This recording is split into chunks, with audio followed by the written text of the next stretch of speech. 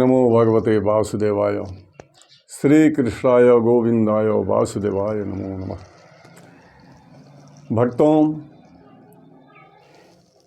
भक्तों की लंबी कतार में जो भी महान ईश्वर भक्त हुए हैं, परमात्मा के भक्त, उन भगवत भक्तों में एक महान भक्त मुस्लिम भगवत भक्त का नाम आता है, जो बहुत बड़े ब्रज की वीथियों में, ब्रज केलियों में, ब्रज की लीलाओं में आँखों देखा जैसे क्रिया भगवान का वर्णन करते हुए नहीं समाते हैं। यद्यपि उनका नाम तो रसखान है, नाम कुछ उनका और था, किंतु जब कृष्ण रस में सराबोर हो गए, कृष्ण रस में रम गए, तो उनका नाम रसखान, रसों का खान, रसखान पड़ गया। क्योंकि उन्होंने, नाम तो उनका कुछ और था, और अरब कंट्री के वो विदेशी मुसलमान थे। भगवान श्री कृष्ण का सुंदर सा अलकावली, कानों में कुंडल, पीत वस्त्र, ललाट पे चंदन, बैजंती माला इत्यादि दृश्य तस्वीर में देखा, विदेशों में देखा।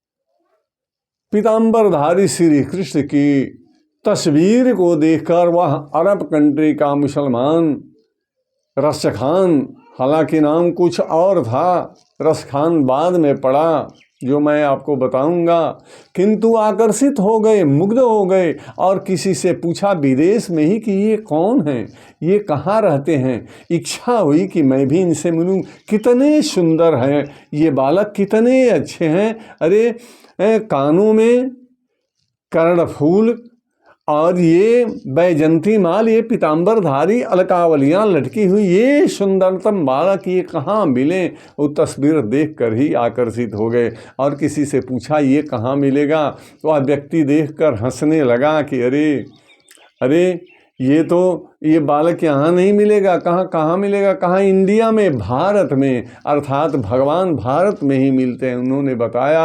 और वो अरब कंट्री का मुसलमान भारत आ गया, और भारत आकर के खोजने लगा, लोगों से पूछने लगा ये कहाँ मिलेगा, ये बालक कहाँ मिलेगा, इससे मिलना है। लोग उसे समझे कि भाई विक्षिप्त है, ये पागल सा है, आज यह भगवान के तस्वीर को लेकर पूछता है कहाँ मिलेगा, मुझे मिलना है।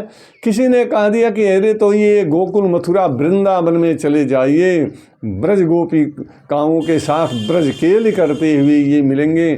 और वहाँ सीधा साधा सज्जन मुसलमान भगवत भक्त वो पहुँच गया, और वृंदावन जाकर के वहाँ मंदिरों में घूमने लगा, कहने लगा कि ये कहाँ मिलेगा, कहाँ मिलेगा। लोग उसे पागल समझने लगे और मंदिरों से भगाने लगे, और सोचे कि भाई ये तो पागल है, भला भगवान ये कहाँ मिलेगा, कहाँ मिलेगा, ये तो हर मंदिर में वही है जिसका तस्वीर लिए हुआ है वासुदेव नंदन, यशोदानंदन, नंदनंदन, ये तो हर जगह उन्हीं का तस्वीर है। वृंदावन में तो राधा रानी और श्री कृष्ण ही विराजते हैं।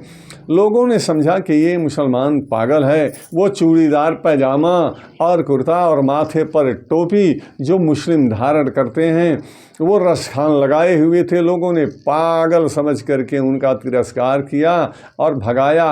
अंत में एक त्रिमुहानी पर, जहाँ चारों तरफ से चौमुहानी रास्ता मिलती थी, वहाँ वो आ गए और अन्न धन जल सब कुछ त्याग दिया भगवान श्री कृष्ण के लिए, और कहा कि अब तुम ही आओगे, मिलोगे तो अन्न जल ग्रहण करूँगा, वरना मर जाऊँगा कन्हैया तेरे बिना, श्री कृष्ण तेरे बिना। और कहते हैं कि कई दिनों भूखों प्यासे वो तड़पते रहे, और अंत में लोग तो आने जाने वाले रास्ते चलने वाले उन्हें पागल समझते थे, किंतु कई दिनों जब भगवान ने देखा कि ये तो हमारा परम भक्त है, ये तो अब मर जाएगा अन्न जल के बिना, हमारे बिना अगर नहीं जाऊंगा तो भगवान ने दर्शन दिया, और दर्शन दिया सोने की थाली में लाकर रसखान को भोजन कराया। रसखान फूले नहीं समाये, कहा आ गया तू, अरे कई दिनों से तेरा इंतजार कर रहा था। भगवान मंद मंद मुस्कुराए, कहा कि मैं पहुंच गया, तुम्हें दर्शन देने के लिए भोजन करो। कहा कि तो फिर अब जाना मत मेरे पास से। कहा कि तुम्हारे जैसे जैसे संसार में मेरे बहुत सारे भक्त हैं, तुम्हारे पास थोड़े रहूँगा। हाँ, तुम्हें खाना खिलाने फिर कल जरूर आऊँगा। और इस शर्त पर रसखान ने जाने दिया, साक्षात जो ईश्वर का दर्शन किया हो ऐसा भगवत भक्त मिलना मुश्किल है। रसखान के जैसा साक्षात दर्शन किया और इस शर्त पर जाने दिया कि कल फिर आओगे। और लोगों से आते जाते भगवान तो चले गए, लेकिन रसखान लोगों से कहने लगे कि अरे आया था वो। लोग समझते थे कि ये पागल है, क्या बोल रहा था, भला कोई आएगा। लोगों से घेर कर कहा था, अरे आया था, मुझे खाना खिलाया वो, ये सुंदर सा जो जिसकी तस्वीर है वो आया था, मेरे पास आया था, मैंने देख लिया, मैं धन्य हो गया। लोग विश्वास नहीं करते, लोग रसखान को पागल समझते थे। अंत में जब तीसरे दिन भगवान आए तो रसखान ने कहा कि प्रभु आप जैसे मुझे दर्शन देते हैं सबको दर्शन दे, ताकि लोग पतियावें। और रसखान के चलते प्रभु ने वहाँ वो ब्रज की वीथियों में, वो ब्रज के गलियों में, उस चौमुहानी पर भगवान ने दर्शन रसखान के चलते सबको दिए, सभी धन्य हो गए। और रसखान के चलते बहुत से भक्तों का उद्धार हो गया। तब लोगों ने समझा कि अरे जिसे हम पागल समझ रहे थे, ये तो साक्षात ईश्वर का भक्त निकला और ईश्वर का दर्शन कराया। बोलिए श्री कृष्ण भगवान की।